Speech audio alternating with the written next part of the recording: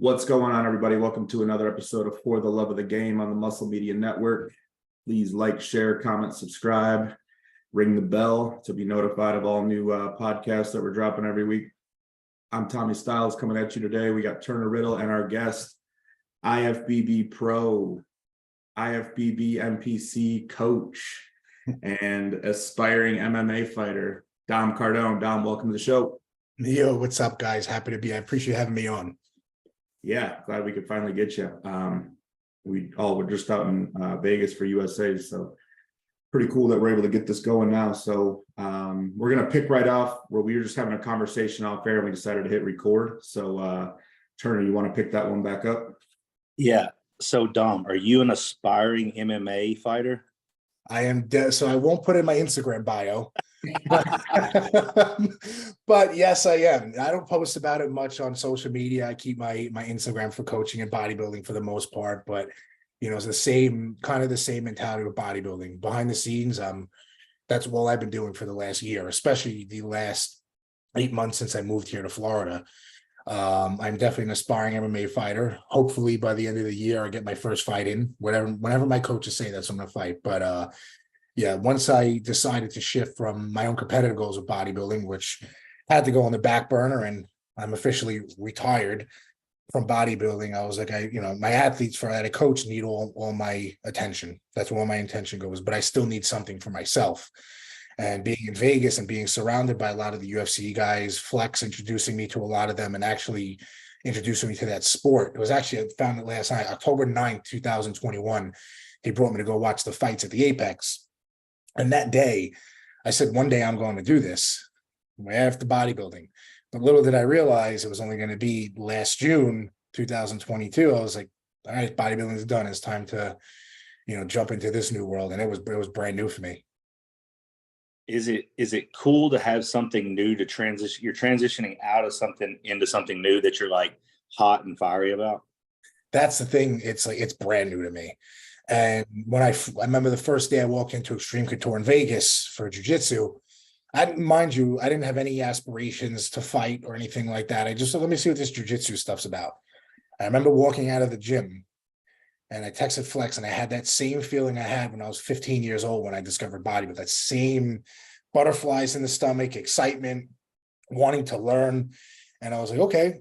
And then a little bit later, a few sessions in, they were like, don't you want to fight? I'm like, sure, I guess. And then it evolved into what it is. And now it's like, yeah, I just have that in brand new, it's excitement. Of course, there's a whole motivational thing behind it, but motivation is fleeting. But now I'm like, I was good as an amateur bodybuilder. I went pro, tried to come back. Once you reach that pro card, but now it's like I'm all the way back down here. Never competed in MMA, never competed in grappling before or kickboxing or anything. So now it's like, all right, now I have that hunger and that fire to really work myself up and see how far I can take it. I have goals, of course, but like I did with bodybuilding, win an amateur show, win an overall, and just work my way up. And it's the same mindset now with that. But with this, it's okay. It's brand new. It's a learning experience for the rest of my life. There's always going to be something to learn and to adapt to. But yeah, the transition definitely wasn't easy. Now it's to the point where it's like, okay, now I'm comfortable with it. Of course, it's always uncomfortable with the training as it's supposed to be. Right. But that transition, it's kind of given me like a breath of fresh air, and it actually makes me even more exciting with my coaching. Right. I got two things for that. So you're a coach in bodybuilding, right? Yes. When you go to find the coach to be the coach that you've hired now to train you in MMA, like what was that process like? Like finding that guy, how did you know, like, well, this is what this guy's going to ask of me to pay him or compensate him for, and I got to give him this. Like, what was that like? So when I was in Vegas, I knew Extreme Couture, which is one of the most premier gyms, and that was a gym to train at. And it was because of Flex that I knew about that. And the manager, Eric Nixick, he was coach of the year numerous years in a row. So I was already like around the top of the top. Same thing with bodybuilding. My first coach was Fakri Mubarak when he was really, really prepping people. And the people I surrounded myself with have already competed. They're already pros in the gym. And it was the same thing. So I knew the direction of what I was looking for coaching. And then when I moved here to Florida, my goal was to train an American Top Team in Coconut Creek. And again, one of the most premier gyms in the world. And I started American Combat, and then I went over to American Top Team, and I trained under Thiago Alves. If anybody doesn't know who he is, he's a UFC legend, one of the best strikers there ever was. He no longer fight. The last thing he fought him was bare knuckle. He won the title, and now he focuses on the athletes that he coaches and training guys out of American Top Team. And for me, it was always like, same thing with bodybuilding. Surround yourself with people that have been there before and are better than you, and just be open to learning. And eyes and ears open, mouth closed, and just take everything in. So when I knew that Thiago here was taking in new athletes and amateurs, because some of them don't take in amateurs or people that never fought before. And the first time I met him, I could see right away, like, he did not care if I have not fought before. He was like, listen, if you have the heart for it, you want to do this. And he's just been 110% since we started, like fully invested, and that passion is there. And you know how it is with some coaches in bodybuilding. They look at somebody like a number, and with him, it has not been like that. And ever since I started with him, and my stand-up, the striking has become, I hated it before because the grappling was my focal point. Now it's become one of my most comfortable skills that I've been able to grow. And but he's literally one of the best in the world at striking. He was. So, but the way he's able to apply it to his coaching, same thing with bodybuilding. Many great bodybuilders, right? But many of them can't be great coaches. So it was the same process. I already knew who was who in a way. And I always went saying, anything I've ever done in my life, go for who's been there and done that, and with the track record. So when you're going into these couple different gyms and the two different coaches that you're talking about, or I know those gyms have multiple coaches, but is there one guy there that's the big dog that when he walks in, everybody just listens? Yeah. So at American Top Team and American Top was Conan. His name's Conan Severi. He was actually a UFC, or one of the originals. He was in UFC 1. He was a heavyweight back in the day in the 90s, early 2000s. Conan Severi. They called him the Barbarian. So he's the head coach at American Top Team. He's also one of the founders of American Top Team. Him and his brother had a gym down in Miami, early 90s. They then got involved in Top Team, opened up Top Team. So Conan has been there literally since day one. And then, of course, you have other coaches. You have their grappling coach, their wrestling coach, Steve Mako, Thiago. Like, for instance, I don't know if you guys follow UFC, Dustin Poirier trains with Thiago, my coach. So, but yeah, at that gym, Conan is definitely the head coach. But everybody on staff there, they're all looked at on the same level, because they all bring in Mike Brown. They all bring in their own touch, and they all have that resume and that experience behind it, So, and same thing with like Extreme in Vegas. Even though Eric, who is a good friend of mine, is the top coach there, the manager, everybody's still looked at, on the same level of respect, because they all bring something to the table. So is it like a tier system as far as, and you may not even know this. I'm just trying to figure out, like, if you're a coach, a bodybuilding coach, you've got, you could have anywhere between 25 and 100 clients. You know what I mean? How does it work for those guys? Is it like they run a couple different classes a day and like 30 guys or 15 guys or 8 guys? What is that like? So that's the thing. Like, a lot of them do one-on-ones with their athletes. So a lot of guys will do one-on-ones, but then they'll also have the classes at these gyms too. So all like Extreme has their pro team and amateur team. Same thing with American Top Team, except Top Team is more now towards their pros, and then they have the developmental team. So the pro team, they'll have they train Monday, Tuesday, Thursday, Friday, I believe Saturdays, mornings and nights. That's their class days. And in between, some of the guys may do, their one-on-ones with their coach, whoever that coach may be.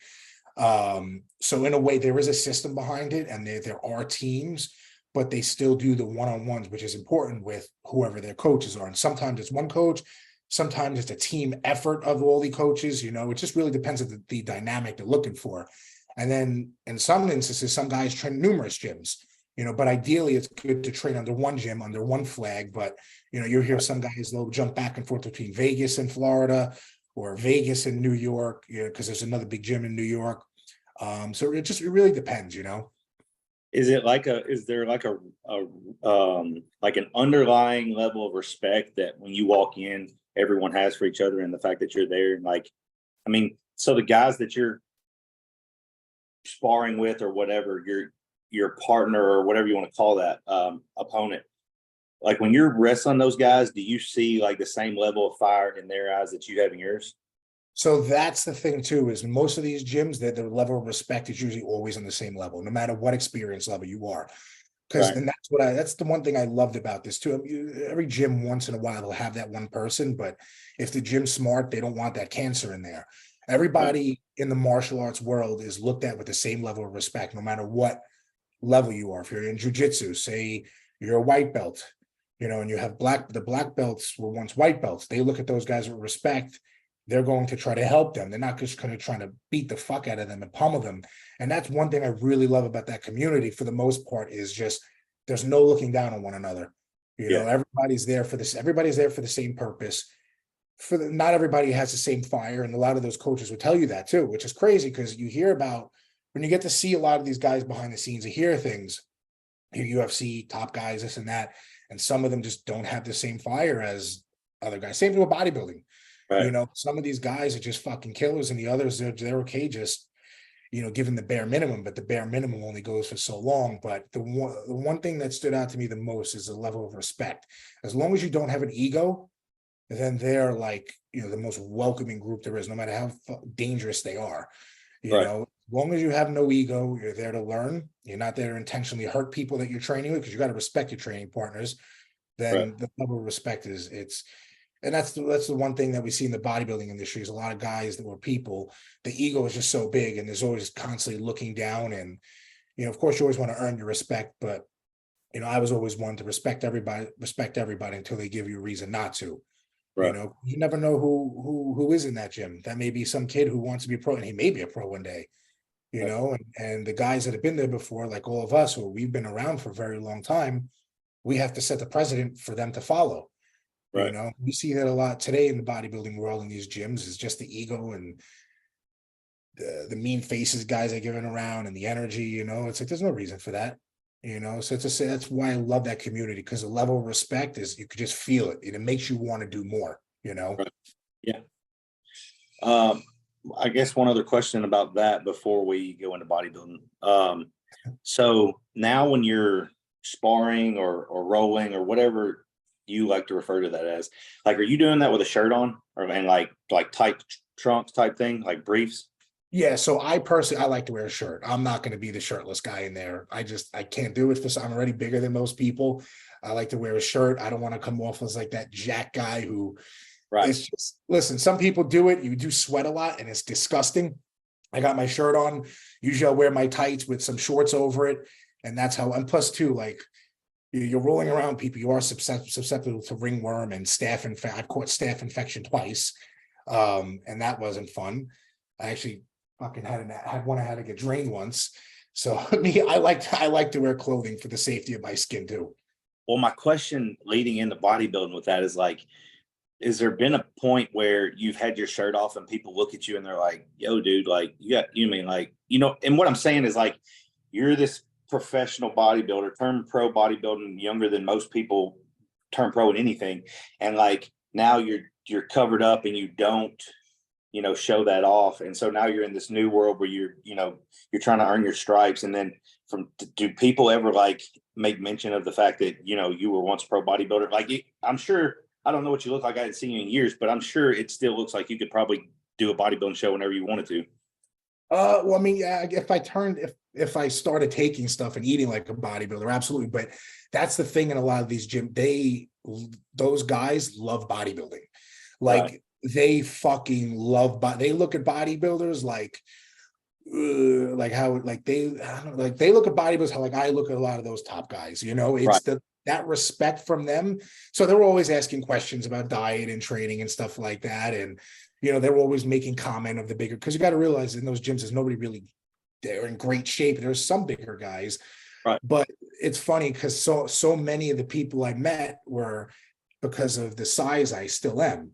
Right. And but it opens up a good conversation, kind of brings us all even more on the same level, because they're asking me questions, I'm asking them, questions, and it's kind of like a cool common ground we find with two different worlds are coming together. It's their respect for bodybuilding is I didn't think it would be like that, but they fucking love bodybuilding, most of them. Well, know if there was ever that like remark, like, damn dude, how often do you work out? Like, and then, All you the know, time. really? You're like, All well, the I'm just a pro bodybuilder, but I'm done with that. I'm going to take this sport on now.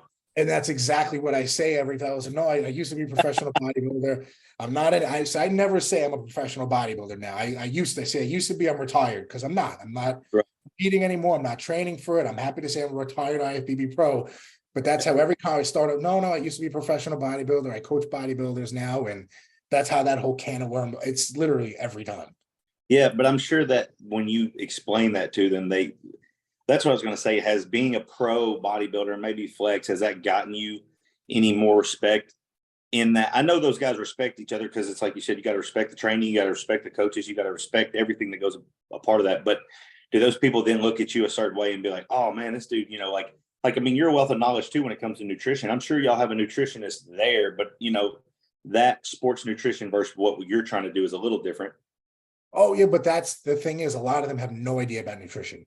Right. They truly have no idea. So it opens up. No, it used to be about it. They see the pictures, whatever. And then all of a sudden that's where all the questions come. It's not really about training. Well, they ask, well, how can I put on more muscle? That's always like a question that's usually asked. And then it's diet and what I used to do and what can they do now? And there are other questions that sometimes come up. But yeah, that usually always opens a can of worms, but it's cool though. Cause you know, I'm not there to show off. Like I don't want to be noticed as the big guy, but it's cool because, like I said, it brings us to a common ground of respect. Yeah, that's a cool place to be. You know what I mean? Absolutely. I'm waiting on to find that one thing to transition into. Too. Not saying I'm done bodybuilding, and not saying I'm trying to get into something else, but I do think there will come a point in time where you want to find something that you can transition smoothly and be just as passionate as you were those first few years of bodybuilding. So I think that's an important thing to talk about because, you know, Flex and I had this conversation. We both, you know, retired at the same, obviously he 7-time Miss Olympia, whatever. Right. Thank God I had, you know, he's a great friend of mine because he was able to kind of like, Dom, you know, you need to find something else to put your mind into after this because it's going to be a little hard. He speaks openly. It was his family and his business. You know, now he was able to truly be Flex, the husband and father, and then Flex, the businessman. And, you know, everything he has going on is just absolutely incredible. I remember me and him sitting down. He was, so what are you going to do? And we were both talking about doing jujitsu together. And so he told me, you're going to need something else to transition into. And it's true because if I didn't have this, I think I probably wouldn't have been able to fully let go of bodybuilding. Because I still needed that something. I said, I don't have kids, I don't, you know, or anything like that. And you see a lot of guys today, they say they're done and then they try to come back. Yeah. And it usually never really works. And then a lot of people don't talk about the mental side of it too. You know, you do this for most of your life and then it's done. And there was actually a UFC fighter, she's a female, she did a seminar, I forgot her name. And she said there's two athletes, professional athletes die 2 deaths. The first one, of course, the main one is always at the end of life. But the second one is when you stop doing what you love and you've invested your life into. And how we approach that, you know, is up to us as individuals. And, you know, remember my dad years ago told me about this. He's like, you know, right when I turned pro, he says, you know, just realize that, you know, either be bodybuilding or pro athletes or whatever, there comes a time where things aren't the same, or they may have to stop and then become drugs and alcohol become, you know, an option. And he was right, because if you don't have somewhere to put that energy into, it can I mean, I've been down that road. You know, when I walked away from bodybuilding, if my mom died for a short period of time, I was, you know, I went off the deep end for a while, and that's where I really learned about that. So having that outlet, either it be business or another sport or hobby or something else, to put that energy into is very, very important, because, you know, if you don't have something to put into, it could be quite self-destructive. Yeah. Or it's just going to keep bringing you back to bodybuilding or whatever it is. And it may not work out the same. And that's just going to further bring somebody's mental state down even further, because this thing that you were once really good at and your energy was into, you're not as good at anymore. You can't do it to your best ability anymore. So that's going to bring you down even more. And it's just this vicious cycle. And it's just super important for somebody to figure out their next phases of life and what they're going to do. And for me, it was June 21st last year, I was like, okay, bodybuilding's done for me. I didn't announce it till August last year. I says, okay, what am I going to do now? I made my goals as a coach, what I wanted to do as a coach. I knew all my true energy and time is going to go into coaching. So that was first. The second was business. And the third was I need something. I need to stay active. I don't want to be big anymore either. I don't want to be huge. I don't want to take steroids like I was anymore.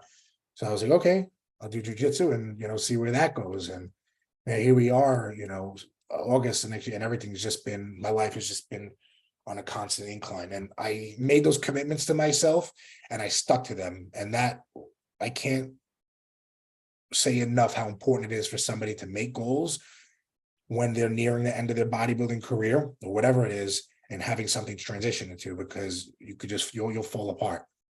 Yeah, I agree with that for sure.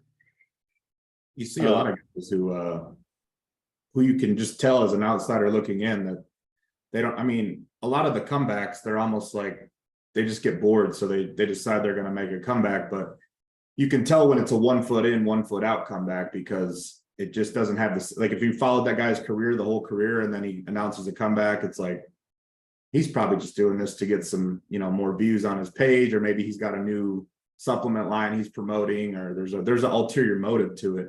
But it's never as good as it once was. So that's definitely, for me to hear it too, 10 years deep, Turner.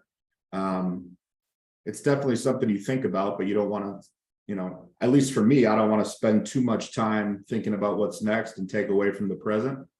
But that's how my mind works anyway, though. So I've already looked down the road. You've brought it up you brought it up in a couple different ways about coaching and how passionate you are with your goals with coaching. And I don't think that gets talked about, because I think a lot of bodybuilders do a couple shows, they start taking clients, DM me for plans, whatever, they're coaches now. But you're actually a coach who, you sat down and write goals, you have a business. Like, can you go in on that? Like, because I think young coaches or people who aspire to help others need to hear that. You need to treat your coaching just like your bodybuilding. Like, you should want to get better. You should want to improve your knowledge. You should want to expand your knowledge. And I think a lot of people do it as because they think it's just going to be a quick couple $100 per person, and they don't actually care about results. So that's important too. So I'll bring you guys way back, and without rambling on too long. When I was 16, my dad was my first client, and he sat in front of me, and it was in our kitchen, and he says, I want to do a show. I was like, okay. He's like, but here's the thing, you're going to coach me. I was 16. I was like, he's like, I want you to learn how and be like what Factory does. And I didn't, at the time, I was like, okay, sure. All I knew is what I knew from reading online, which I did a lot of, and the people I was surrounded with, and of course, Factory. And he wound up stepping on stage, winning pretty much all his classes. I mean, I don't know how he was alive, and genetics definitely, carried him through to that. So I was like, okay, I think maybe this could be a thing. So for a while, I took people on for free, and I would tell them, I said, listen, I'm new to this. I'm still learning. I would love to work with you and see what we can do. And I did that for a while. One of my first goals was to have somebody to step on stage with glutes. That was like the base. I remember, never forget. And it took me a while to get to that point, and I was able to get that. And then people started offering me money. I'm like, okay, I think maybe this could be a thing. And then it was, I was trying to get people to place top 5 in regional shows. And back then regional shows were very competitive. Then try to win some overalls, then top 5 at nationals. And that carried over for a while. My first pro card as a coach was Jeff Hallenbeck, middleweights, 2019 USAs. And then from there, I'm like, okay, I want more pro. I need to assist more people to pro cards. And throughout the years, I think I'm up to 11 now or whatever it is. But I set like these mini goals and this ladder. Same thing I did with my bodybuilding, even though it accelerated faster than I expected it to. It was, aside from these mini goals of, wins and climbing up that ladder, it was, okay, how can I make my knowledge better? So, okay, from glute, okay, get somebody to get their glutes. For years, I brought people in just flat as fuck. I didn't know what I was doing. I couldn't figure out, okay, let me try to, I had the off-season thing down. Let me try to expand my knowledge on peaks. And that took a while. And it would always make up these mini goals of things, what can I improve? And it's the same thing with MMA. Okay, I want to improve my stand-up. I want to improve my kicks. I want to improve my grappling, and then there's all these little intricacies that you can mix in there. There's so many moving parts, and it's the same thing with coaching. And for me, coaching was never about making money. I love bodybuilding. And then when I got to see my dad's life changed, and he says it himself, you know, his relationship with my mom got better, our relationship got better, his outlook on life got better, quit smoking, all that good stuff. I got to see the change in him and the potential to be able to serve people and help people. And bodybuilding coaches for me go, listen, I love seeing people win, you know, shows, but being able to serve people and being able to watch them reach their goals, it gives me fulfillment and a greater purpose, much more than I had when I was competing. So for me, making money was never the goal. It was about how many people can I help? And Oscar actually put in my head, you know, making money is always a side effect of your passion. If you love what you do and you're good at what you do, money will always be a side effect, and you'll never have to worry about money. Of course, throughout the years, you know, you do have to treat it when you get to a certain point as a business, because if it is what's paying your bills and putting food on the table, you know, and your time and experience that you've invested in yourself should absolutely be, you know, accounted for. But you just said everybody's a coach now. And where is the love of the process of acquiring knowledge and experience and taking the time to develop yourself into this coach, to get the confidence to be able to take people on and better serve them and assist them? Instead, today, it's, you know, you smack it on your bio, I'm a coach.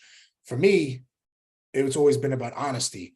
If there is somebody I feel like I can't help, I don't take their money. It's always been that way. If I had a gut feeling where I couldn't help somebody, or it wouldn't be a good fit, I would not take their money, you know? So it's just naturally and organically evolved into what it is today through these mini goals, through trying to acquire as much knowledge as I can. And I've also had many great mentors, but again, also staying passionate and true to what it is that I love and just letting that be a side effect. And that takes, you know, honesty with somebody's self too. Do you truly love it? There's a lot of people today who compete, but they do it for Instagram and they do it for attention instead of actually loving it and loving the process and getting to the result and the lessons. It's the same exact thing with coaching, you know, so there's a lot of moving parts to it. And that's why it's taken me so long to get to this point, but I knew it'd be a long-term thing. And that's how I set it up. But once I made that switch last year to really go full bore with it, I've hit every goal that I set last year. And now I have new goals that are set. So it's a process, and it does take time. And it's a game that takes full self-accountability and honesty with oneself to truly excel at it in some way. And, you know, it definitely does not come overnight for anybody. Nice. Yeah, I think it's I love bodybuilding and I love coaching too. I think coaching is the word we use, but you're also a leader. And I can speak from experience because I work with you. Like, I don't have any questions about my own plan, even in my own head, because I know that what you just described, that level of passion and that level of experience, knowledge, and just care about my progression and all your clients' progression is there. So that's why I have a coach, is so I don't have to worry about a thing. I can worry about my own coaching and getting better and provide that for all the people I work with. So it's an industry there's no governing body to call out bad eggs or to point it out. They just kind of, you have to hope that the customers or the clients use logic, logic isn't the most common thing these days. So you hear all these horror stories about people sending money and then getting ghosted by that person or blocked, or just 4, 5, 6 day response times, like all this shit. And when I hear that stuff, I think to myself, like, I couldn't morally do that to someone. Like, I could never take someone's money and then just block them, or like that. That's like stealing. It is stealing. It is. Yeah. So, you know, I think I wish there was a way to have like a hierarchy like you have in MMA. Like, there's no way you could fake it in MMA as a coach. No. You know what I mean? And like in bodybuilding, there's people with 6-figure incomes who don't know the basics of nutrition. They're just good marketers. That's the thing, you know, the MMA world, there's 2 outcomes. You know, you either win or you get knocked out. You know, there's no in between, and you can't really fake it. And that's another thing I love about that community industry, is there's no in between. You can't fake anything, because you will be exposed. I mean, it's as honest as it gets. And you know, with the bodybuilding industry and coaching, You know, like you said, the marketing could be, I could sit here and, you know, you can make as many reels as you want and talk about all these regurgitated things. And unfortunately, there's people that don't know any better, and the demand for people seeking knowledge and wanting to learn, because this industry has grown into a level that it's never been before. It's, you know, there's people just don't know better, and they're falling into these traps. And you guys remember when there was only, you only had a couple coaches really that you knew about. And then you had this small level coaches. Now they're a dime a dozen. It's very oversat. And don't get me wrong too, there is many great coaches today. There is. That's one thing I have to say is, especially over the past like few years, there's been a lot of coaches that, you know, they may have not been given the opportunity by the more genetically blessed guys. So they don't get that platform to fully be able to show what they're capable of. That will, you know, because people remember back in the day, you know, you see everybody winning all these pro shows and Olympias, I'm going to hire him. You know, today there's so many that, you know, AJ even says it to me. He said it to me a while back. You just need that one person to get you out there to make that breakthrough, just so more people can trust you, because there's so many out there. Yeah. So there is a lot of great coaches out there. They just haven't had that one guy or those few guys with that platform, unfortunately, to show what they're capable of, you know? Yeah, I agree with that. I don't want to change the topic, but this is a question that I had for you, because I mean, from where you started bodybuilding to the West Coast bodybuilding to being a pro and all that, I'm sure that you've seen, I mean, even in the era when you got started, some of the guys you were following, what is the craziest thing you've seen someone do backstage? Like, I don't know if it was something that they were eating, something that they were taking, something they were drinking, some way they were pumping up. What's the craziest thing you've seen somebody do backstage? I mean, there has been a lot of crazy things. I mean, I've heard of, you know, if you want to talk about drugs, you know, shooting Tren into your hips and combining it with halotestin and Adderall and telling me that it works synergistically. That's wacky to me. That's wacky. Well, they crushed it up, putting in the fucking shot. No, just taking it orally, but saying there's a synergistic way of using it and shooting Tren before you go on stage. I don't know. That's wacky to me. Or That sounds like a Dan Duchesne thing. Well, I'm not a pro because I haven't done that yet.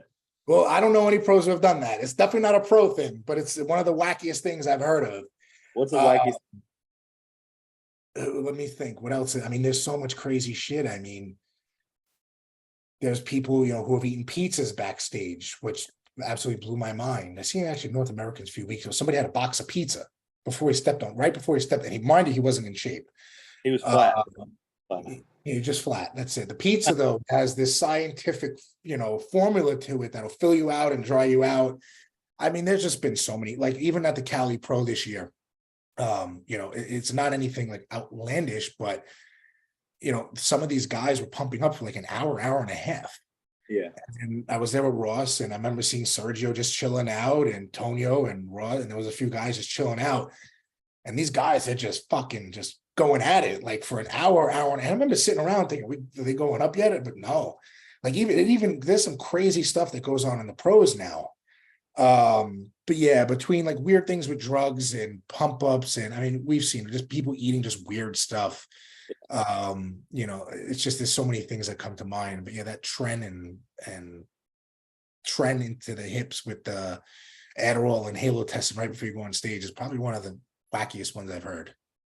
I remember when I did USA's in 2016. Now, this won't like blow your mind, but if you can put yourself in this situation, dude was backstage eating dry oatmeal. Like, you're dehydrated, you can't drink, and you're eating dry oatmeal. Right before this podcast, was just talking to somebody, and I was telling them how one of my coaches when I was 18 told me to eat dry oats the night before my show, and I would wake up in the morning look like Branch Warren. Exact words. The night before the show, which I mean, I could see how dry carbs work. I'll tell you, I don't know. Do you guys know about the 36 English muffin story with me? No. I heard it recently when you told it. Yeah, well, long story short, my first and last pro show, the only one, it was a disastrous prep. You know, my mom died 3 weeks out, whatever. I just wasn't any close to what I was capable of. The day my water started getting cut 3 days out, I had about a total of 5 or 6 diazides by Saturday. I was eating only egg whites and English muffins. And the day before the show, I had 36 blueberry English muffins with egg whites. No salt, no water, tons of aldactone, tons of diazide. I looked like this with legs. The day after the show, I was 205. After food and water, the day after the show, I was 205. I haven't been 205 since I was 19. Mind you, this is New York Pro. I was 250 something 6 weeks out. And I just remember the night before the show, laying in bed, and it just felt like somebody was just stabbing me in my stomach. Like literally I was getting ready to call 911. It was that bad. But yeah, that's definitely one of the craziest stories, and it involves me. And it wasn't my plan. I was just doing what I was told. But that was. So 205, what was your weight jump from eating that and then post show to bringing back some sort of normalcy to food? Like what was your weight? How far up did 2 weeks after I guest posed at the Long Island show, I was 236, and I still was not back to normal. I looked like a completely different person. I guest posed with Vincenzo Mazzone and Guy Cisternino, and there was also a wheelchair competitor. I don't remember his name, but he looked great. And I remember everybody was like going nuts. And in my head, I was still that skinny guy at the New York Pro. I did not want to be there. Right. I remember being tanned with Guy, and he goes, "Dom, you look huge." I'm like, "Guy, no, I don't." I'm like, "Just stop." And everybody's like looking at me and stuff because my arms were all inflated and whatnot. And I got off stage, and Steve Weinberger was there. And he goes, "What happened?" I'm like, I don't know. I just remember saying, I don't know. But yeah, I was like 235, 236, literally 2 weeks after. I looked pretty damn good there. I looked pretty damn good because if everything that prep went well, I should have been around 240-ish, 236 on stage, you know, dried out and everything. Because 6 weeks out, I was pretty much ready. I was dieting since 22 weeks out. So what'd you do after that? I stopped. Yeah, mentally, I just crashed. My mom died the week before the show, hit that guest posing, and I just went off the deep end for a bit. It lasted a while. When you say you went off the deep end, I wanted to touch that, but I totally forgot. When you say you went off the deep end, what does that look like? So what's exactly what you shouldn't do when you have everything to fall back on. Like I could have fell back on bodybuilding. I could have put my energy into bodybuilding. I think everything just kind of just hit me at once 2 weeks after, you know, because I was never, even when she died and being in the hospital and living in the ICU, I was prepping for the New York Pro. I was there for my family, you know, and at the funeral, I trained the day of the funeral. Of course I was upset, you know, but I was still like, I'm going to finish what I started. I remember actually 2 weeks out, asking my dad, I'm like, I don't even know if I should do the show. He goes, "No, you finished what you started." So, okay, I'm going to do that. And I did. And so I don't think I was ever able to really process all that went on. And then 2 weeks after, it kind of hit me. I did that guest posing. And I just literally, I stopped training. I stopped eating. I started drinking a lot. You know, I was working with him doing concrete to get myself out of the house. And back then my coaching was a very, very, very side thing. There was nothing crazy going on with my coaching. And that went on for a while, actually. That was June 2016. And then December 2016, early December 2016, I had an event. And that's when he was like, "Listen, I think you should, you know, get some help." And I did. I started seeing a therapist and learning what really was going on with me. And then things started progressively getting better. I wasn't bodybuilding yet, but it was kind of like just getting my head right and starting to stop drinking and getting my life back together. Because 2017, coaching started really picking up because I started putting my energy into that a bit. Started training a bit more. March 2018, I went full-time with the coach. March 5th, 2018, I went full-time with the coaching. And then that June, I said, okay, it's time for me to, time for me to get back into bodybuilding. And my first day back in the gym, I was training like here or there, nothing crazy. I went up on a hyperextension, felt something crunch. I saw stars. I was like, what the fuck? Next day, I couldn't walk. And then, shortly after, I had no choice but to get surgery. So that was another year on 3 discs. But yeah, it was just I just didn't know how to handle really what was going on in my head. And yeah, I stopped bodybuilding. I was drinking. I wasn't really doing anything with myself. I'm disgusted with how I, how I conducted myself, because it's not how I would want any of my athletes to conduct themselves, or if I had kids, I wouldn't want them to do that. But it's a lesson learned, about myself and how to not go into that place. God forbid anything else happens, but it happened, and I can't change it. And, I'm in a much, much different place, much, much different place. I'm in a place today where I never imagined myself I would be. Tommy, you got something? Now, if you can parlay it on, I'll ask after. I was just going to say, going back to the New York Pro Prep, where you were 205 at the show, how that plays out. And I think you've told me the coach's name, and that doesn't matter. I'm not worried about that. But did you ever have a sit down or a chat with them about that and be like, yo, I was I'm sure they would say something about it had to do with your mental state. And I'm sure you would agree with that too. But was there ever a recollection of what happened that just went totally, totally, totally wrong there? No, because I didn't even care. I literally didn't even care. I didn't, once it was all said and done, I'm like, okay, it's over. It's done. I'm glad it's done. I got to, Victor Martinez was there, Ruli Winclair, Dexter Jackson. There was so many, I was just happy to be there. I was also happy that it was done. Now I could be fucking chill out, especially if there was 6 weeks. And, but I think back, I know exactly what went wrong. I mean, not sleeping for 6 weeks, staying awake for 30 hours plus, fucking high doses of T3, and literally starving myself. And of course, training with Oscar, he was just training with me in the gym. And it was just a recipe for my body. It just broke down. A week out, I was around 224, but not a good 224. It was a horrible 224. And then the diuretic started, and I went from 224 to, after food and water day after show, was 205. So I know exactly what went wrong. I think the smartest thing for me to have done was to pull out of the prep and give myself another 6 or 8 weeks, eat, fill up, pull back on things. And I would have been incredible, because 6 weeks out was an amazing. I mean, I even look back, I'm like, it was just, even remember Oscar looking at me one morning and he was just like, holy shit, because we would do cardio every morning together. And just everything went wrong. But I learned a lot about the human body and mental mind state from all that went on. And I'm able to apply all that to my athletes today. Yeah. Tell me. So, we've the whole theme so far has been mindset, and how you can either channel your mindset individually to work for you, or it can go the other way and, making bad choices. I think a lot of bodybuilders can kind of relate to that, or they at least understand it. I know I can. So talk about that mindset and how you channel it into training, or your bodybuilding training, because I remember, I think it was earlier this year, it might've been last fall, you posted a squat video, and it was you started with 585 or 495, something like that. And it was just 5 drops all the way down. Talk about your mindset, going into that. And then also talk about, do you see that in today's training? And there's definitely guys that do train like that. We know there are, but it seems like the love for training and just being a psycho in the gym is not as sought after as at least when I got into it. Yeah, so it's definitely not anymore.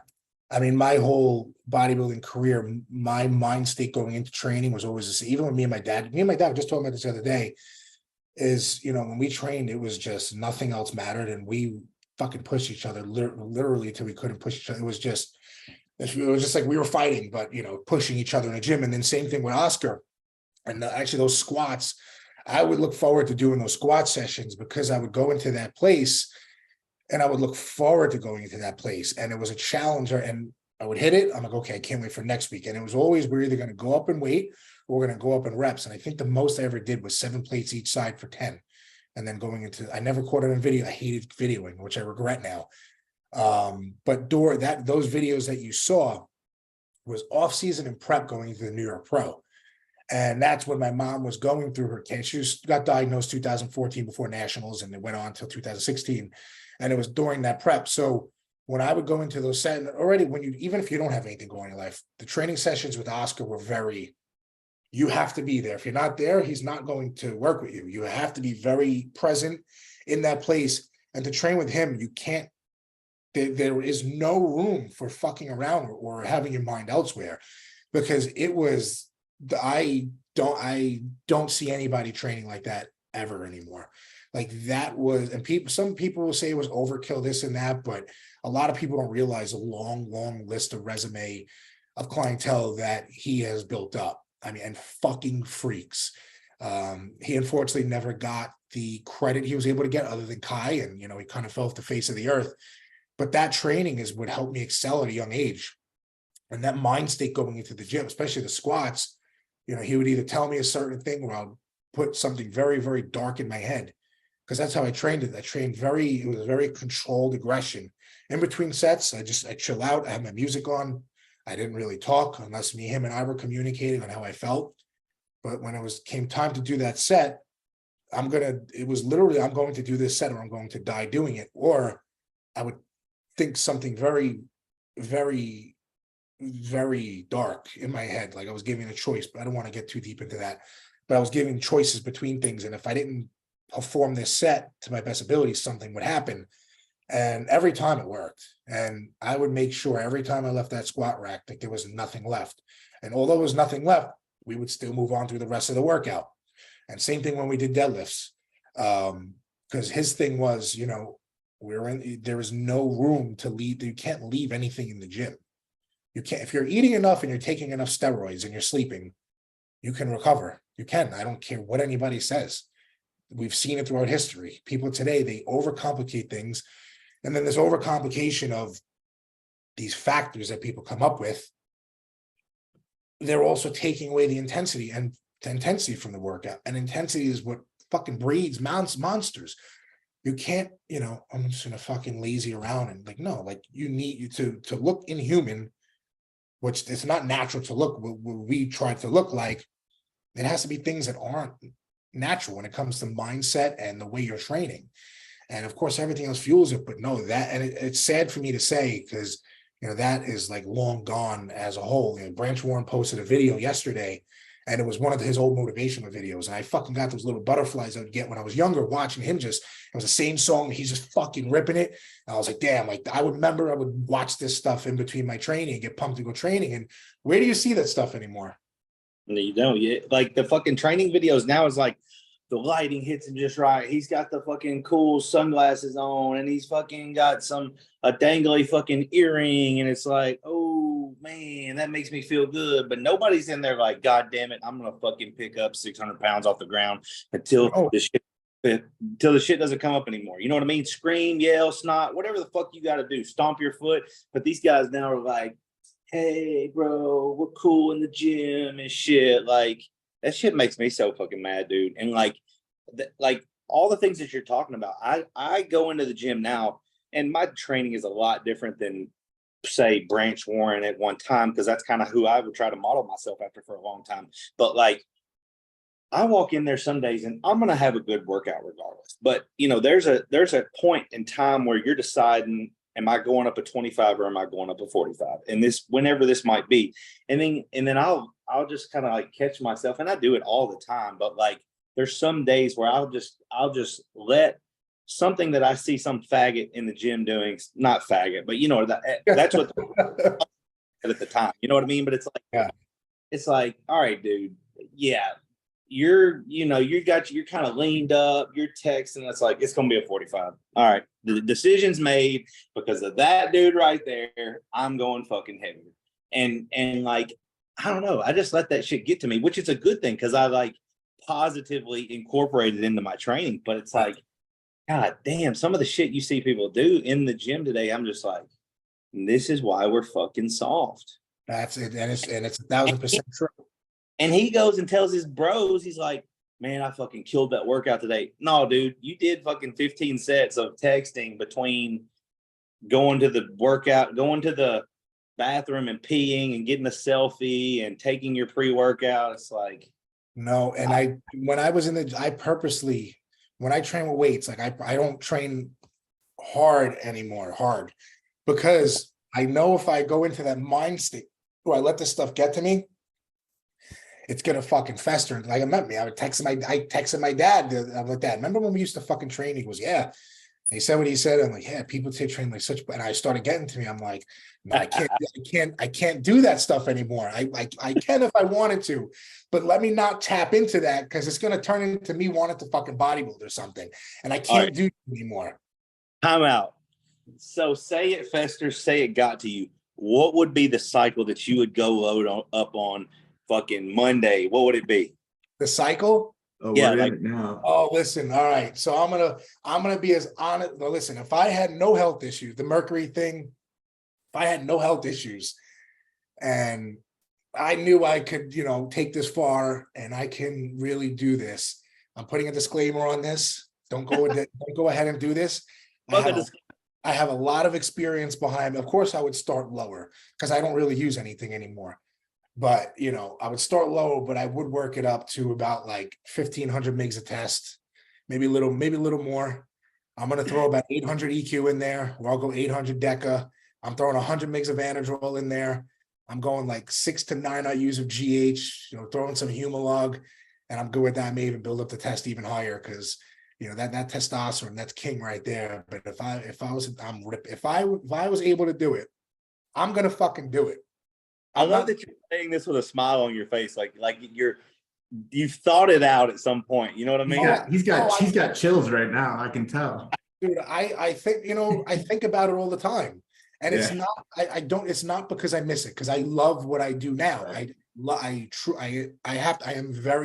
am in a place in my life where I'm very, very happy. And I'm very, very blessed. And I would not change, I would not change a thing, would not. But of course I think about it from time to time. Because I see how people conduct themselves today, and I see what's going on stage, and I'm like, fuck. And then I'm like, what would I do? Because why? There's nothing wrong with thinking that. And I always think about it. I'm like, all right, yeah, I would do X, Y, and Z, and I would be doing this in the gym, and I'll be eating like this. I mean, shit. I was walking my dogs last night, and I was thinking in my head, well, how would I be eating right now if I was to make a comeback into bodybuilding? It's just how my brain works with everything in life. I always, like I tell a lot of my clients, I'm very short with them. This is what you do. You check in on this day, unless I have to say more. But my mind, when I see something or I think of something, it goes down rabbit holes, and I start making reasonings and trying to figure things out. So with me, it's like, it's just how my brain works. And if I was to make a comeback, Monday, I already know what I'm doing. Yeah. But that's just how my brain is. When I go to train later in the gym today, I know exactly why I'm going to do it and how I'm going to train. It's just how my brain works with everything in my life. But yeah, dude, listen, if I was to make a comeback, if that card was on the table from God, fucking, we're going all in. We're going to Olympia. All right, I got two things with that. When you're training, doing what you're doing now with MMA, do you ever think about like what steroids would help you be better at that? Oh, absolutely. Because I about that, but go ahead. I think about it, I research it, I listen to what some other guys do. So that's the thing that you have to be very careful with, because me, if I was to jump on like 500 mgs of test and whatever, I'm going to blow up, and it's going to impede on what I do, because I'm going to get too big. I'm going to require way too much oxygen. My cardio is not going to be as good. With fighters, the least is the best, especially when you're, able to be big. So EPO is used a lot from what I've heard. I don't have a reason to use that yet, but I would. A low dose of testosterone, 200, 300 mgs, low dose of EQ. EQ is great that's what a lot of fighters use. Growth hormone is always a great tool for fighters, recovery and joints. And then there's some orals that some of the guys use, like you may use a low dose Anavar, Turinabol, nothing that makes water retention, because if you start holding more water, it's going to slow you down. Your heart rate's going to go up a lot quicker, and it's going to impede on the training, especially when you're already a bigger guy. But yeah, of course, I listen. There's a scientific tool for everything. A method. A method until you get tested. So, but that's a whole other. Fuck, I think I forgot my other question. I got so worked up about. Oh, I know what I was going to say. What is your favorite stage look now? Not like, let's not call it guest posing. Like, what's your favorite competition look that you had? Honestly, none of them. And No. no. it would be nationals when I was 21, because that's where I won my pro card. You know, I beat a lot of great guys, some guys I looked up to, like John and Matt Porter. It was close in the overall with Alexis.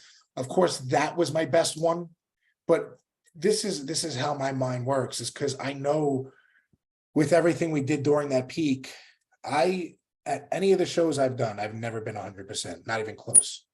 Not even close. Knowing what I know now when it comes to prepping and gear and peaks, I was never ever anything close to 100%, not even close. I was, again, just before I was talking to somebody, person I was talking to about the dry oats. You know, that nationals, I think I got very lucky with that peak. I got very lucky, and I wasn't anywhere close to being 100%. So that's another thing that goes to my mind is what would have happened if I was truly 100%, you know. But that nationals prep, and was also too very meaningful prep and result. So yeah, it was definitely, because I was competing as a teenager. Teen nationals was a good look, but still could have been way better. Yeah, when I was on stage at national, and then there was a point in the New York Pro Prep 6 weeks out where, yeah, I have to say it that, you know, if I was to pick one look, it would be whatever I looked at about 6-7 weeks out from the New York Pro, 250, 255. I mean, my fucking arms look great. I finally had great front double bicep. My waist was down to 28. My abs look great. I finally had a full chest. My back was dense. My legs were pretty freaky, and I was really, really good condition. And I do often think, like, you know, what if, you know, life didn't pan out the way it panned out back then? And but it is, you know, it is what it is. But yeah, that I remember that the morning my mom went into a coma, I saw Oscar at the gym. He took my shirt off, and his face was like, he's like, "Do you see what you look like?" I go, "What?" I go, he goes, "You need to remember." He took some pictures, and I was like, "Holy shit!" I was like, "That's me." He goes, "That's you." And then, you know, I got a text a few hours later saying to come to the hospital, and everything went downhill. But yeah, that look was pretty freaky for me. Do you remember nationals when Alexis was on stage and everyone was fucking singing? Yeah, all the Puerto Ricans. Dude, do you remember that? Of course I remember that. Yeah, the Puerto Ricans, and there was a lot of Puerto Ricans that going nuts. It was They go like, hard, man. They go hard. Dude, it was the biggest thing in the world. I was just like, what the fuck? This is a bodybuilding show? they were going nuts, because I remember hear people screaming for me. Of course, I heard my dad, he was front row, and then you just hear all these Puerto Rican people yelling for Alexis. It was pretty cool too, because Alexis and I started speaking the year before. He competed with my dad. And around 8 weeks out from nationals, he messaged me on Facebook. He goes, "You're going to turn pro."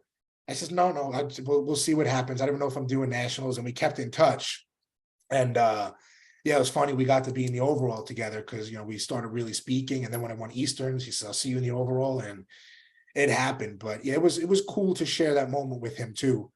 But yeah, I'll never forget the Puerto Ricans just going nuts. And I miss those days too, because you go to shows today and it's fucking silence. It's like, dude, like, I remember I was at Yuma screaming for Gary, and people are looking at me like I'm nuts. Like when I have somebody that's about to win, of course I'm gonna scream. You know, it's just how I am.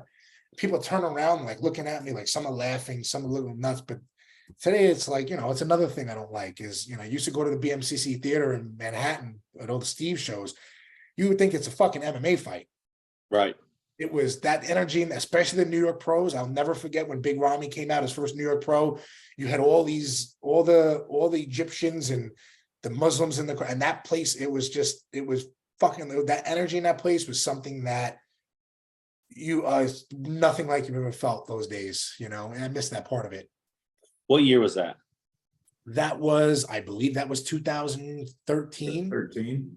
Yeah, I think it was 13. And I was really excited to see him, because I remember seeing pictures of him online when he won the Q8 show where he turned pro. And I remember posting the picture. That post is probably still up there. And I posted it because I loved that he had big legs. He was freaky. And all these people were saying, "Oh, he'll never be a good pro," this and that. I loved like that whole Oxygen gym. They were fucking monks. They went in the gym, they trained hard, they juiced hard, they were freaks. You know, and I remember going to see Ramy, and when he walked out, holy shit. I mean, that look was just, it was incredible. And you really had to be there in person to appreciate that.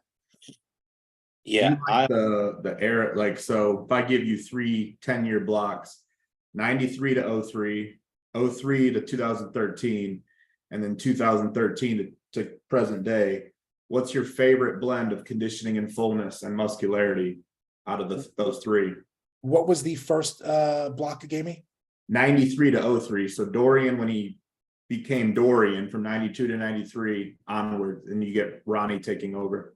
I'm taking 93 to 03. And the reason is because, you know, if you follow Milos, he posts a lot of the lineups from that year.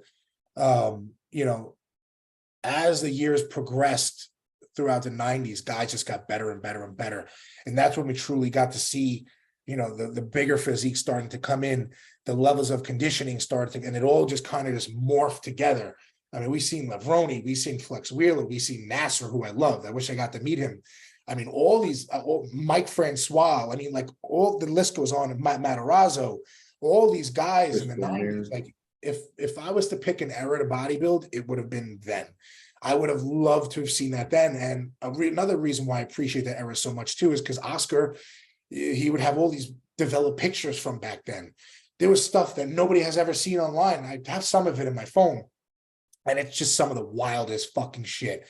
Like Dorian guest, like all these guys guest posing, and it's just, you don't see that stuff anymore.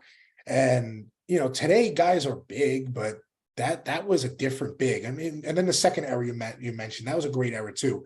But yeah, that 93 to 03 era, I mean, we really started to see the evolution of mass coming, you know, in connection with like true levels of conditioning. And they were just competing nonstop too. Like if you look at the European circuits, and guys were just going at it nonstop, and they would come off and they would come on, you know, they would be on and they would be off. And then next week they would be on. And like, that was true competitive bodybuilding.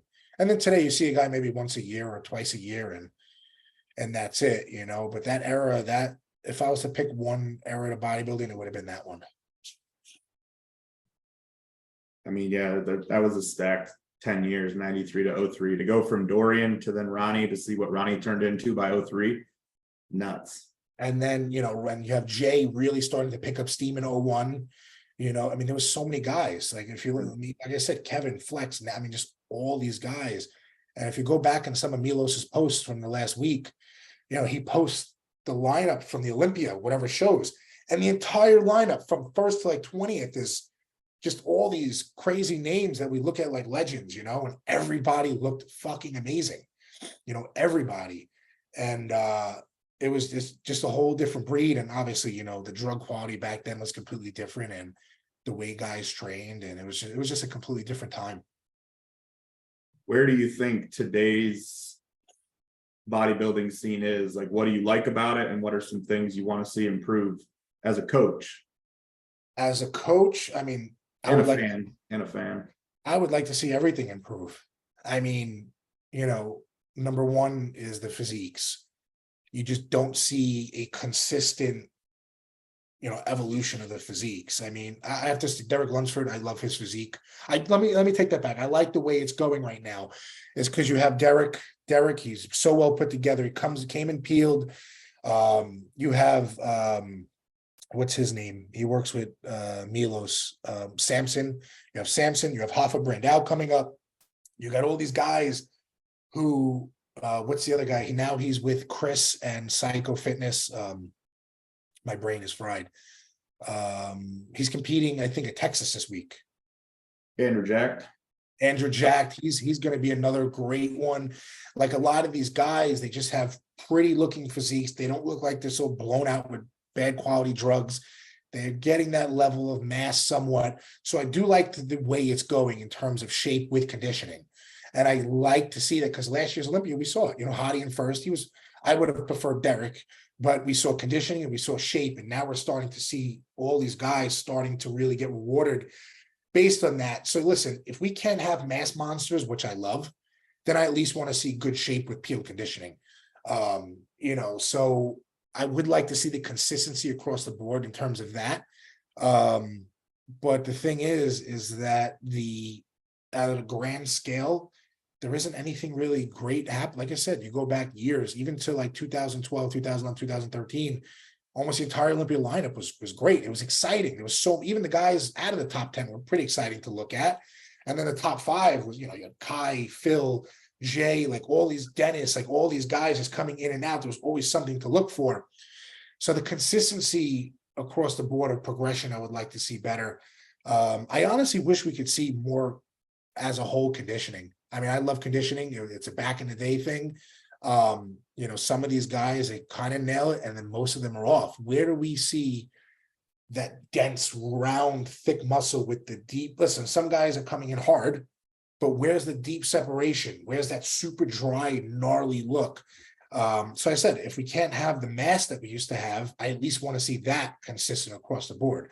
I personally don't think we'll ever see mass monsters like that again. The drug quality today is completely different than what it was. That was told to me years ago by multiple people. They said things are gonna start decrease, and they were right. I thought they were fucking nuts, and they were right. So that plays a big part into everything as well, along with how people are training. But as a whole, I just wish that, honestly, I wish there was, no disrespect to any competitors out there. I feel that the classic and physique class has, watered down the bodybuilding classes. Look at the regional shows. How many bodybuilders do you see on the regional level? Team bodybuilding, completely dead. There's no more team bodybuilding. Yeah. None, which is sad to see, because I was a team bodybuilder. It was motivating to me watching the teams before me, and then I was able to be a teen, and after that, it kind of went down to nowhere. So where's that next crop of guys? Think back too. You had Dallas coming up. You had young guys who would come up and bring some excitement. Who do we have now that's exciting? Not really anybody that sticks into my head. Classic just confused people, and it took away, like, you either wear board shorts or you show your legs. That was it. And I think most shows you go to, they cross over. So it didn't bring more competitors to the sport. It just spread them out. Like, there hasn't been a surge of increase in competitors since 2016 when Classic came in. I actually heard that from a national level judge, that if you break it down year by year, there's not more competitors in bodybuilding now than there was before Classic. You just have like cherry picked guys and guys that have gotten confused and dropped out of bodybuilding, went to Classic, came back to bodybuilding, whatever. It's true. There's no next crop. You may see a guy here or there. Like, you see this guy with the neck that's been posted lately. He was in another federation, whatever his name is. I just to call him the neck. The guy he could be Mr. Olympia one day, 100%. Turner, you sent him to me the other day. He's a freak. That dude's leg is 40 inches around. Easy. That guy could be Mr. Dump. Like, in a good way. What are you going to say, Turner? I said he just looks like a big stump, but in a good way. He's thick. He's fucking huge. And if he was to dial it in, I like that. I want to see some fucking freaks, man. If he dials it in and just, he could be really good. But like, watching for that next crop of guys is just not there anymore. Even remember, back then, I hate being one of these back then guys, but it's got to be, you remember there was the pros, and then there was the heavy coverage of the national level guys. And they're just going show after show, from junior shows to USAs to North Americans to nationals, year after year, just trying to get better. And you knew who to look for. Where do we go to look for these people? Sure, it's not on social media, and it's not the same thing. There's no coverage of it anymore. But then again, too, like I said, the crop of guys is not consistent. You knew who was doing USAs. You knew who was doing nationals. You knew who would do it the following year. And then when they won, it was a big deal. Mr. USA used to be a big fucking deal. You won nationals, big deal, and now it's just sad to see that it's kind of taking the back burner big time, in all aspects. The whole thing, just as a whole, kind of really upsets me, because that's, now I see why kids and younger guys don't get fired up for it like I used to. Yeah. Do you think,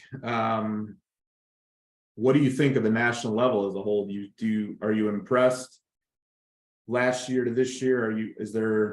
Do you still think the quality's there at the national level?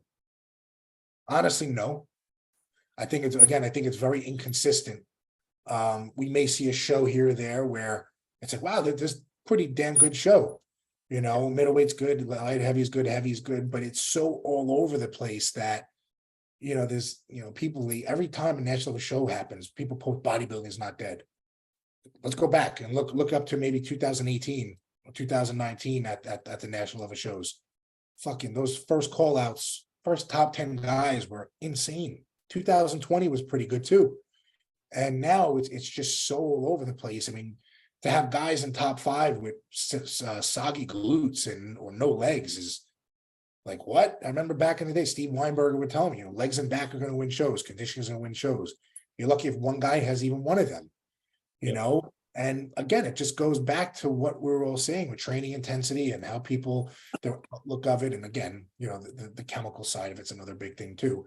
But no, it's very, very inconsistent, I mean, like I said, look back to when guys were really chasing after USAs. You knew year after year, those guys, they were fucking chasing. You knew who was going to show up. Now you don't even know who's going to show up. Yeah, but listen, I want to cut you off right there. Let's just we were all at USA's this past couple, whatever the day was, a couple weeks ago. I can remember multiple, and there's always been this argument of like, which one's better, USA's, Nationals, or North Americans? Well, they can say what they want, but I can remember a time going to watch. I never did North Americans, but I can remember there was a time where light heavies would be 25, heavies would be 25, and then the supers. There was a year where you had Zach Merkel, you had Dorian Haywood, you had Cade Zook, you had like Dylan Williamson, you had Justin Rodriguez. That's a line of fucking hitters right there. Yes.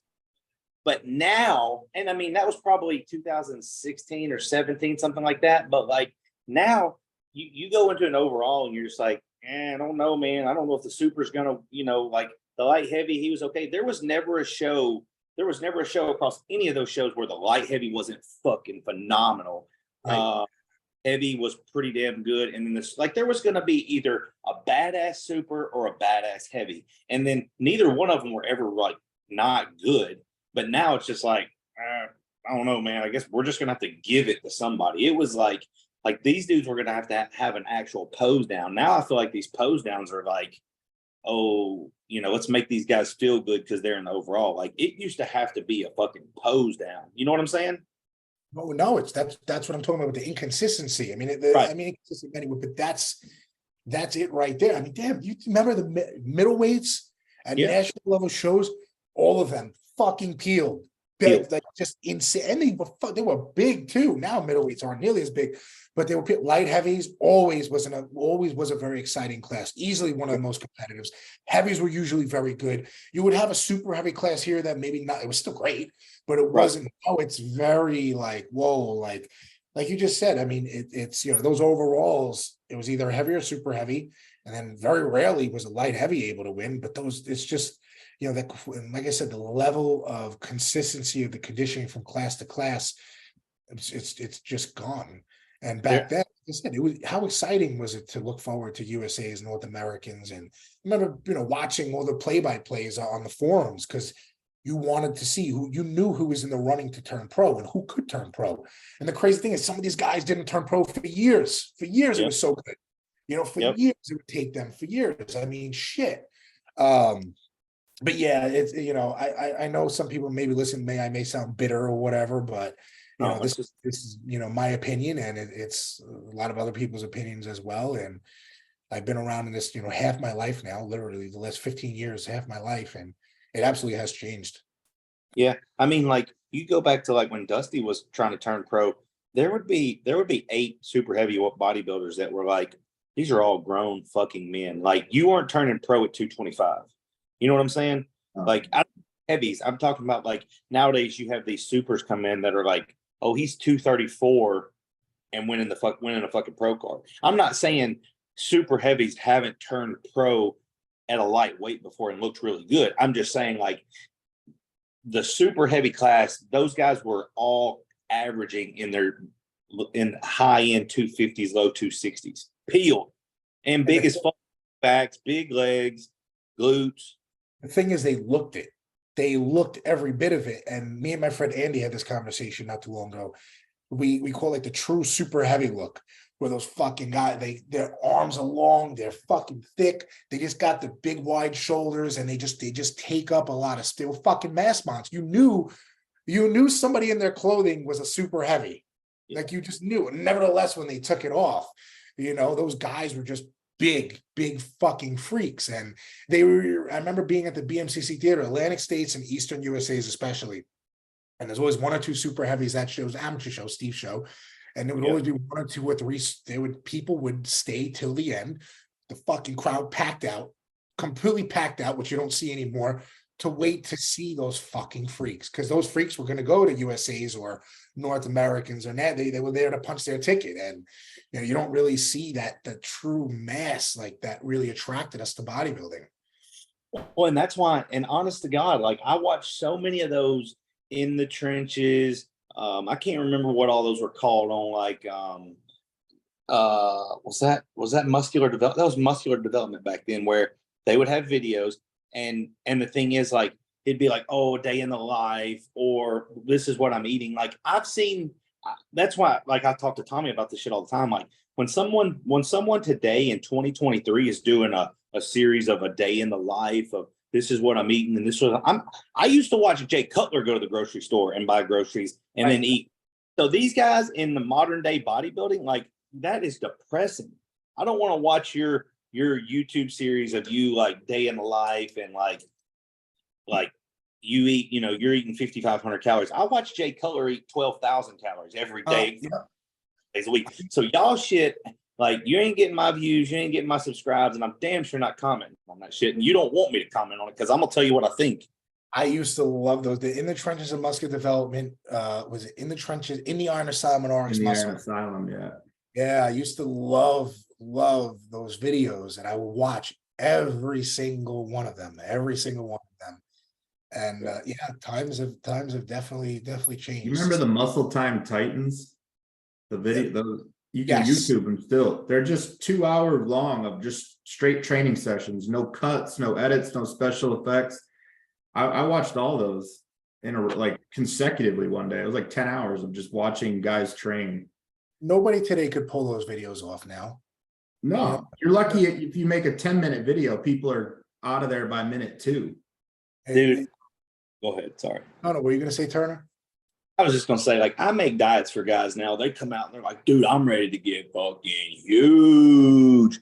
And I'm like, all right, so we'll start this guy off. But like, we're talking about guys that want to get big. Like, he's got 3 meals of 265 plus grams of rice, 8.5 ounces of protein. I'm just saying as a basis. He's got a huge breakfast of what bodybuilders fucking eat. And they're like 2 weeks in, they're like, hey coach, man, I didn't want to say nothing, but like, this is a lot of food. Like, is it okay if I do like 2 or 3 of those shakes? I'm like, come on, dude. You just fucking bragged to me for like, you've been wailing on me for a month to let's get huge. But when it's time to do all the things, and I mean, like, I carry that same mentality into writing the diet, into training. Like, there's only a couple people that I work with, and I don't mean this in a negative way, but like, there's only a couple people that I work with where I'm like, I know I don't have to worry when they go to the gym. You know what I mean? Like, they've got training under control. Yeah, well, like I said, it's very far and few. Thankfully now, I think it's because a lot of guys in my roster have set the precedent for like over the last few months. There's been a lot of people doing more than what they're supposed to, like when it comes to cardio, food, and all that stuff, which is great. I love it. But I want them to listen to what I say. As opposed to before, it's like you hear that I'm going to do whatever it takes. Right. What is whatever it takes? I don't want to talk about drugs. So what else are you doing? Right. Definitely the mindset part of things, and social media has played its impact on bodybuilding as a whole, and we're watching the result of that. Yeah, for sure. So just because we were talking about super heavy classes, this is the 2010 USA's. When Jason Ha came and wiped everybody away, he put on 20 pounds from the year before. Jason Ha won the super heavies. Number 2 in the super heavies was Keith Williams. Number 3, Brian Yersky. 4th place, Rob Bernica. 5th, Dusty took 5th that year. And then 6th, a guy who had a great career, Steve Kuklo. That's the kind of super heavy lineups you saw 10, 11, 12 years ago. Yeah, but read the next 5. I don't know if I can get it. Oh, yeah, I can't. This was like a muscular development. They just posted the top 6. I got you. But like if you read back into the probably 9th, Max Charles was somewhere in there. Like there's some big names that were like, did not place at one time in their career. I feel like everybody in bodybuilding at that level now is kind of contemplating, like, is the juice really worth, like, is it really worth it that I keep doing this? You know what I mean? Like, there's nobody, I'm not saying there's nobody, but I guarantee you, you know, at these national level shows, there's only a couple of dudes in there that just know what it's got, what it takes, and what another off season or two more off seasons it's going to take for them to be that guy. I feel like everyone's just kind of like, man, I'm kind of glad the show's over so I can just chill for a little while. You know what I mean? That's what most, it's a very short-term thing for a lot of them. Yeah. It's not long-term. Again, it's they look for attention, and it's a social media thing. It's not, you know, I want to get to the Olympia one day, but truly mean getting to the Olympia one day. When it truly wanting to win a pro show the other day. A lot of people may talk about it, but you know, when they go into these, you know, it's, you know, they show up, all right, I'm gonna take some time off. Well, you're gonna take some time off. Okay, well, there's plenty of other people. Well, there's a few other people who is not going to take that time off. We used to remember watching the guys just back this year long, and for years they wouldn't be able to do it. Now it's, you know, here, there, and you know, hopefully I'll get it, and they wonder why they fall short every time. But again, that's why we're seeing things decline too, because that year-long chase is now into only, okay, I'm going to compete, so now I'm going to pick things up again. Right. We're coming up on an hour and a half, but I got one more question, Turner, if you don't got anything else. I'm good as far as that goes. So, you know, we mapped out your hypothetical comeback if it were to happen. Here's a question I got for you, because I'm actually curious on this one. Is there a chance that you would ever promote a show? Absolutely. Yeah, I've already made that decision a long time ago. So there would be, and I'll put this out there would be two shows. There'd obviously be one. Another show I would like to do where all the profits would go to a cancer foundation, probably St. Jude, because that's where my mom wanted any money to go before she died. So I've thought of this, has been thought out for years. You know, so obviously it would have to be a while before the one where I wouldn't take any profit would come from, but absolutely. And my reason is, how many shows have I gone to over the last few years and they have been ran so poorly? How many shows do you really see that aren't just a money grab? I'm not saying this is all shows. There's just been some shows I've been to that I went to them and I was like, wow, like this is just so horrible on the competitors. And I remember me competing in great shows and how great they were ran. But time out. But listen, you gotta, the people that are showing up, that's what you got to promote, though. You know what I mean? Like you think about it when you were doing that, and I'm on your side 100% because I thought this out too, and about the whole money grab thing situation. It's like the people that are showing up, that quality's down too. So like, in my opinion, you want to point the finger at the show, well, look at the fucking people competing too. So that's, yes, absolutely. I'm not talking about quality of competitors because that's on them.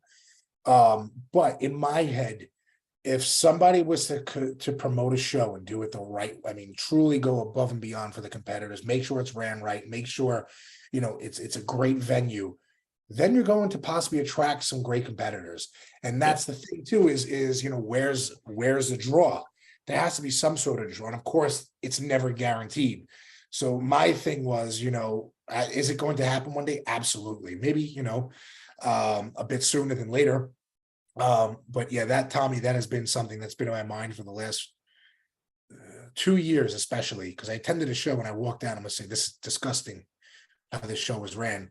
And but yeah, that would definitely be something that happens. A show that is made for competitors by a competitor.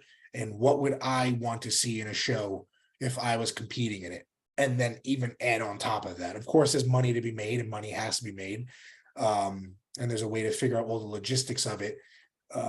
But yeah, I mean, between the light, the proper lighting, having the best lighting possible, the best backdrop, the best judging, backstage setup, venue, access to the venue, and then some other ideas I have involved in there too. And, you know, of course, guests and whatnot, just so it has some sort of mystique to it, you know, some sort of draw. You're not just showing up just to compete, you know, because that a lot of that lacks. And, you know, again, even something as simple as a lighting, how many shows such shit lighting, you know, it's horrible. People can't even post up pictures because they don't even look like themselves in the lighting. So, you know, that's definitely something that is going to happen eventually. I mean, with as hard as it is for in every state for competitors to get an accurate, assessment of where they stand, because the classes are so depleted. If someone like you're putting on a show, or even you, Turner, or insert any guy who's passionate about bodybuilding, like me as a competitor, that's like a show I would identify and be like, I'm traveling to do that show. Like I was going to do Flex's show in Tennessee in 2019, and then my life kind of took a turn. But I was looking, like, Easterns is always a show I looked at as like, I want to go do that show in November. Or Southern States at one point was like a really big show. Like you start to identify all these different shows all over the nation that, to get to the national level, you want to stand next to the best guys, at least at the state and regional level. And if your class has 3 guys or 8 bodybuilders total, it's hard to get an accurate assessment. And I think there's ways to incentivize guys going too, is like, if you paid for some of the expenses of the national level for the class winners, the overall winner or whatever, like you could, everything's expensive in bodybuilding. So any ability for somebody to save some money just by winning is that it's like winning prize money almost. So that's why I asked, because I figured the answer was yes. And I know anything you put your name on will be high quality production, but I hope more guys, at least put their name behind one show. If they give anything back to bodybuilding, I think, that could be something that helps turn the local level around. Because right now there's just too many shows, and all that. Like Arizona needs 3 shows and there's like 8. That's the thing too. It's a lot of the areas have become way oversaturated, and it dilutes it down. So, but you mentioned a good point, not to drag this on too long, is being able to give back, right? Yeah, of course you could start a show and it'd be very profitable. It can be. But you can also do it in a way where, like you said, the incentives are there for somebody to travel to that show. That show is ran fucking right. That show is done right. I want to compete there, and maybe I could, win X, Y, and Z. Fuck, I'm going. And plus, too, it's the experience of it as well. You go into a show, especially if you're a newcomer or you're just coming up, to have that, to leave a show and be like, wow, that was really just a really smooth experience. I love competing at that show. I will do that show next year. Like, just to have that from everything, all the aspects count. That's a way of giving back, instead of just, putting somebody backstage into a sardine can with no AC and throwing them up on stage and taking them off as it, there's just ways to go about it and ways not to go about it. But yeah, I was going to say in short, but yeah, it's been a goal of mine for a while, and eventually it'll happen.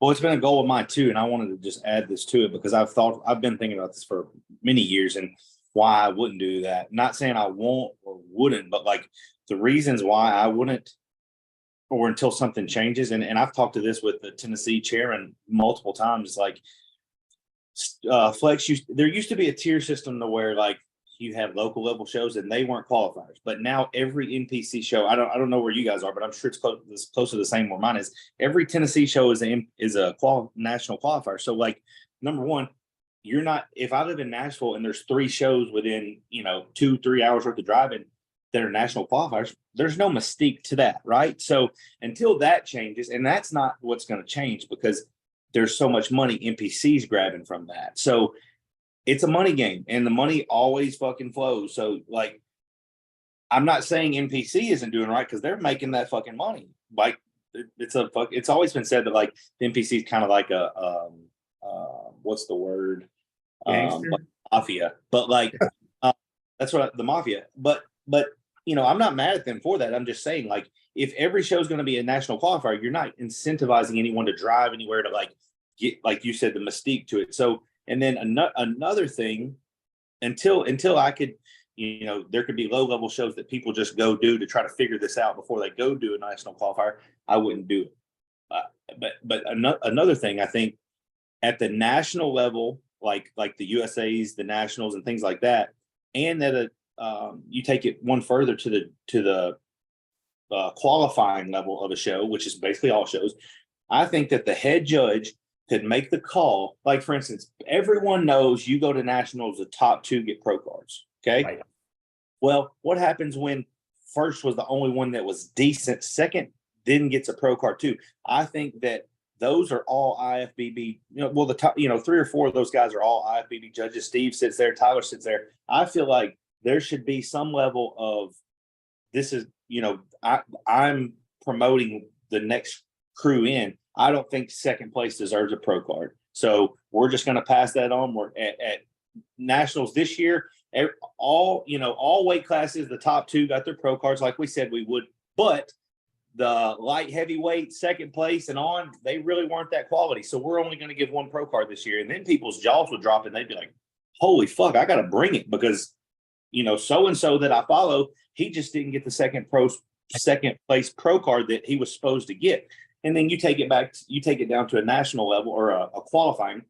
If that head judge, who should have been around and judged multiple shows multiple times a year, he thinks that, so-and-so, well, I think they do the top three qualify now or maybe top two. I don't know. It changed and then it's changed again. But like, I feel like if the whole super heavyweight class was garbage, nobody gets qualified for nationals. Hey, buddy, you need to try a little harder. You need to bring your conditioning in. You need to control your midsection a little bit, but come back, do another show, do these things, and maybe you'll get a qualifier at the next show. See what I'm saying? It's a great point because everybody's nationally qualified now. Yeah. Everybody's nationally qualified. Before, there was something that was earned. Now it's everybody's. I don't give a fuck if you're nationally qualified. It doesn't mean you're ready. You go into these shows. It's like me and Tommy said. Like Tommy went into USA's less than 10% chance of turning pro, right? Well, you go into a national level show now with the numbers being down. I'm sorry, not a national level show, but a qualifying show. You basically got a 50, 60, 70% chance you are going to get nationally qualified. So you mean to tell me with those odds, we're going to bring in good clientele or whatever the word is I'm looking for? Crop? Yeah, no, it makes sense. If you were to cut that down, I mean, if it was up to me right now, at a national level qualifying show, there would be some where only the overall would win it, and maybe just the first place in the classes. Keep it like that because how many people now you have top two in every class turning pro. Right. You have all these people that are nationally qualified. Where's the chase? Exactly, and that's what I'm saying. I'm just piggybacking up what you say. It makes 1,000%. It's true. Yeah, I mean, like, I'm sure that carries on into UFC and all these sports. Like, you whittle these down to the very best at the show. Like, okay, people are just either not going to do the show or it's going to make these dudes do what they got to do to level up. You know what I mean? They're going to take X amount of more testosterone, or they're going to train X amount harder. You know what I mean? You got to go back into the off season with a little bit of a chip on your shoulder. Cause I just won my class at a show and they didn't nationally qualify me. That's kind of fucked up. Right. Well, I just posted about this the other day. It's turned into participation events and experiences instead of competition. Yeah. And that's standard. And then we could get off after this because I also have to eat again after this. Yeah. You go into this show, like you just said, oh my God, I just placed top 5 in my class. But you don't even look like you fucking taken a steroid in your life, nevertheless worked out. And you just placed top 5 in your class, you're nationally fucking qualified. I'm going to do nationals. The fuck you're not.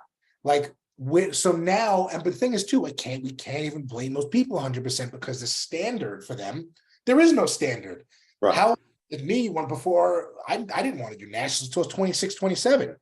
I was like, I'll do the US Eastern until I was 21, win that. Maybe a year or two later, do a junior show. And then when I was 25, 26, 27, I only did nationals because Chad told me to. But that was the standard. I was like, I know what I have to work for, and it gives me a direction. So now I know the standard that I have to try to keep up with. As in today, the standard is like here. When back then it was here, and you knew what you had to chase. You knew what, all right, I gotta do either more of this or actually start fucking training hard. So exactly. Well, Dom Cardone Classic coming to you, TBD. Thanks for listening, guys. Drop comments down below. We'll definitely do a part 2 with Dom, and any other time you want to come on, Dom, you got an open invite. These are always good combos. I had chills half this conversation. So for Dom Cardone, Turner Riddle, I'm Tommy Stiles. This has been another episode of For the Love of the Game. We're out.